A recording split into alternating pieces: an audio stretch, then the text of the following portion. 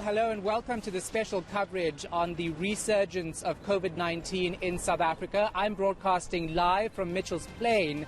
It's one of the areas of concern for the Western Cape government and President Cyril Ramaphosa. Of course, the president speaking last night about restrictions, in particular in Nelson Mandela Bay, given the high rise in infections there.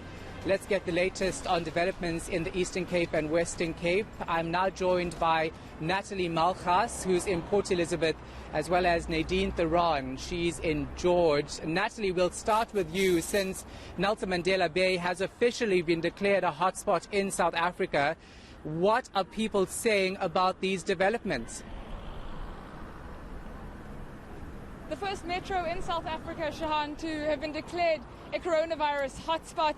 The numbers are rising here. The health officials are particularly concerned about the holiday migration that's going to kick off in the next few days. But we're at a taxi rank, the Gqeberha taxi rank in part of Port Elizabeth, because one of the key things that the president mentioned yesterday in his address was 100% capacity in these taxis. Everyone is expected to wear a mask. I have 2 seconds with the commuter, Melekaya. Melekaya, do you feel like you have a responsibility to wear your mask in a taxi? Yes, I do, because I have to protect myself and also protect the other passengers as well. I think that's very important. Yeah. We're hearing numbers are rising here in Port Elizabeth. Are you concerned about it? Have you been personally impacted by the COVID-19? Yes, I am very concerned about it, because each and every day we are losing some of our friends and also family members as well. So I can really say I am really concerned, because everyone is dying every day. Yeah. Enkosi kakhulu Melekaya. Shahan, Melekaya says he feels responsible and he's wearing his mask to protect himself and his fellow commuters. Unfortunately, here at the Gqeberha taxi rank, some people still aren't wearing their masks, practicing physical distancing, and I haven't seen any sanitizer anywhere around this informal taxi rank. So we've heard, of course, about stepped-up law enforcement to make sure that these rules and regulations are followed. How will that unfold? Starting tonight at around 8 o'clock, law enforcement backed by the SAPS and even members of the liquor board here in the Eastern Cape will be doing their independent operations, tracking travel nodes like this one, tracking the taverns in the area. These will form part of the stepped-up law enforcement operations to make sure that taxi drivers, tavern owners, people in the street are maintaining all these COVID protocols. Because health officials are saying this battle won't be won alone in the hospitals. They simply don't always have the capacity and the capabilities. Everyday people need to play their part too.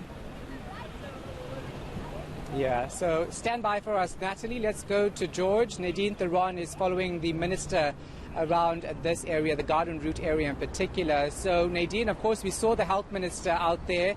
What has he said? Hi, Shahan. So the Health Minister, Zweli Mkhize, met with all the executive mayors of the Garden Route district towns this morning, and he heard their recommendations and also their concerns and their challenges in trying to contain this virus. At the moment, the Health Minister says that he calls this a hotspot. Although it hasn't been officially declared a national hotspot, the Health Minister says they will be meeting with the Coordinated Coronavirus Command Council soon, and we might see this area becoming the next official national hotspot because of the rapid increase and the high number of cases here at the moment. So it's been considered a hotspot, but it's not on national level yet, and at the moment it's up to the municipalities to try to contain the virus here and with municipal bylaws for now. But the Health Minister is going to take all the recommendations forward, and some meetings will follow before they decide which of these to implement in the coming month. And of course, going into December, that being the Garden Route, tourists flock there to take a break. It's going to be a different situation this year. Let's talk about how these municipalities will be able to curb the spread of COVID-19 if they have thousands of tourists visiting. So yes, that is one of the Health Minister's concerns. He did mention that the Premier of the Western Cape and the Premier of the Eastern Cape should perhaps sit together and have a discussion about how the travel between the two provinces is influencing the rates of the increase in infections, because it's now, this area is in the middle of the route from the Cape Town to the Eastern Cape, and this is a very popular route not only for workers but also this is a popular area for tourists from the world over. So what they're doing here is they've closed all public facilities like swimming pools. The beaches are open, but the law enforcement officers will be monitoring the beaches and make sure that the public adheres to coronavirus safety protocols. And at the moment they are monitoring the situation in the suburbs. They're screening people, but the fear is that the movement will cause the virus to increase, and the Minister of Health is certainly very concerned about the festive season tourism impact on the area. But he also said that we're in a vicious cycle here, because if the tourism don't come to this area, the economic situation will worsen, and then we'll have more unemployment, which leads to people being more susceptible to the virus. And very quickly, just in terms of the infections in the garden route, how are hospitals and clinics managing, and treatment facilities managing with those numbers? The hospitals are under severe strain. There are 247 beds available for COVID-19 patients in the area, and I think 231 of them are occupied at the moment. The 43 staff members at the George Regional Hospital have active COVID-19 at the moment, and that's besides all the staff members who are on isolation or quarantine. So there's a big shortage of health workers in this area. Not so much beds, but the staff are taking severe strain. All right, we're going to leave it right there. Nadine, Theron is in George, and Natalie, Malgas is in Port Elizabeth.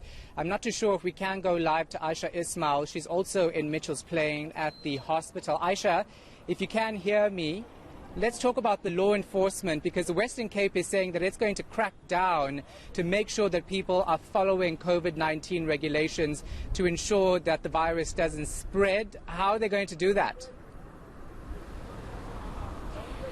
I can hear you very faintly, Shahan, but if you are talking about the enforcing of the COVID-19 regulations, I did speak to the City of Cape Town earlier.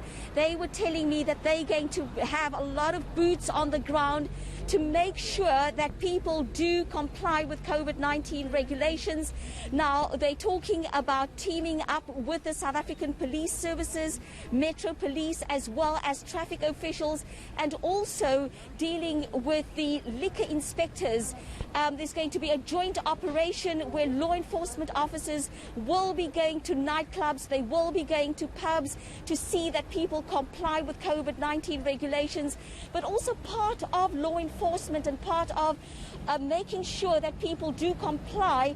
The City of Cape Town is also getting the neighbourhood watchers in the various areas where there are concerns and hotspots to also help them to get people to comply. And I'm now joined by a representative from the Mitchell's Plain Community Police Forum.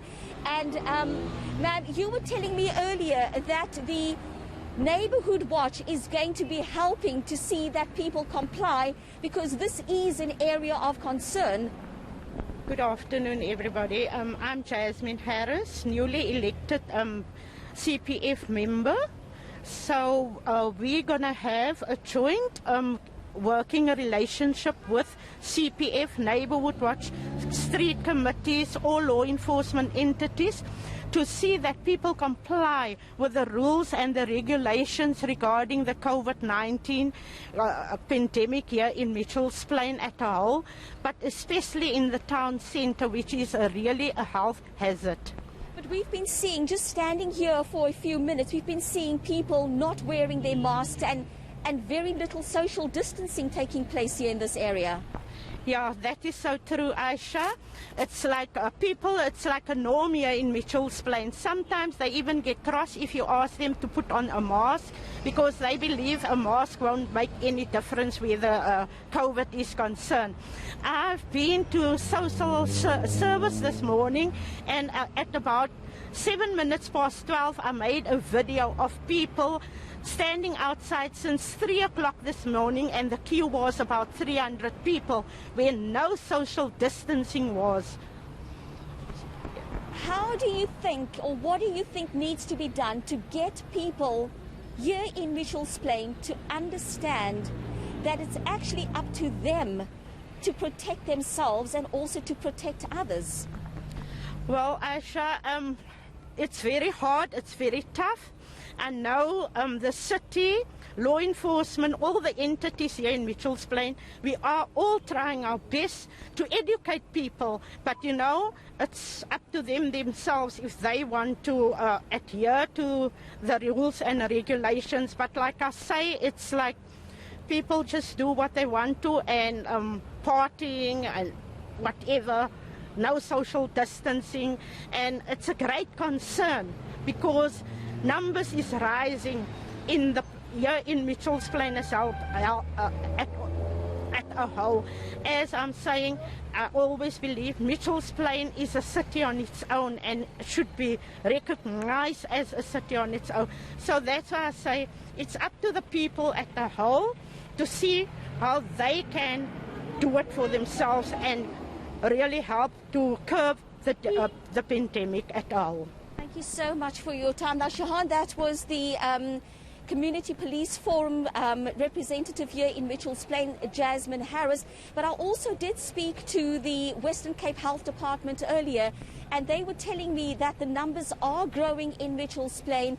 And just in the past 7 days, they've seen over 300 new cases in this area. So, Ayesha, let's just continue this discussion on the Western Cape, because many would argue that the province should also have hotspot areas which should be on a lockdown to some extent, or tougher restrictions, I should say. So why then does the government not want that to happen? Well, Shahan, yesterday when Premier Alan Winde had his weekly Digicon, he did say that he was not in favour of another lockdown, he was not in favour of restrictions, and I think that the belief and understanding is that despite the fact that the numbers are increasing in this province, the province does have the capacity to deal with the COVID-19 infections, despite the fact, as I said, that the numbers are growing. We do have functional hospitals, we do have capacity, but of course also the concern is for health workers. There are a number of health workers, and this number is increasing, of health workers testing positive for COVID-19. And as the health officials said to us at the Digicon yesterday, we can have the beds, we can have enough oxygen, but if we do not have enough health workers, then everything else is useless. So again, it is up to the people of this province to be responsible, to apply common sense, and to protect themselves and also to protect others. You cannot have law enforcement in your homes. You cannot always have law enforcement at your social gatherings. So the call is for people to stay away from large gatherings, to always wear their masks, and to try and not stay in confined spaces, because that's where